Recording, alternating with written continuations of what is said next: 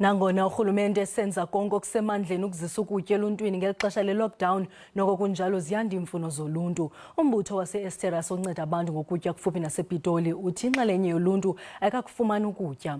Umphathiswa obambeleyo wophuhliso lwentlalo eRhawuteng uPhanyazela uthi ngoLwesine baqopha ukwandisa inani leepasile zokutya ngosuku.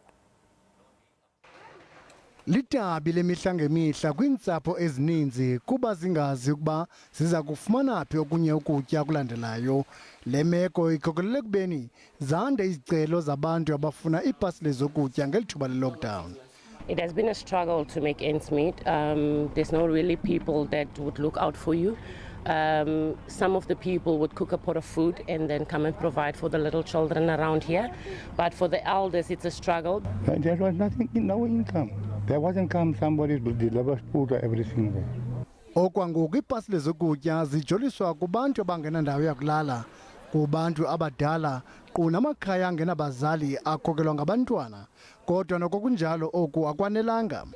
Umbutho ojongene nokunceda uluntu ngokutya eEersterus ukhala ngelithi abantu balelokishi khange babonelelwe ngezipasile zokutya nangona bezifakile izicelo kurhulumente. Why are they making it now difficult for us to get so much information just to access food parcels for our people? What is happening? We need to know and they need to respond to us. Our people are waiting now. This is the third week going and we have submitted the names on the 8th of April already and we are now almost in half of the month. What is happening? We need to know what is going on.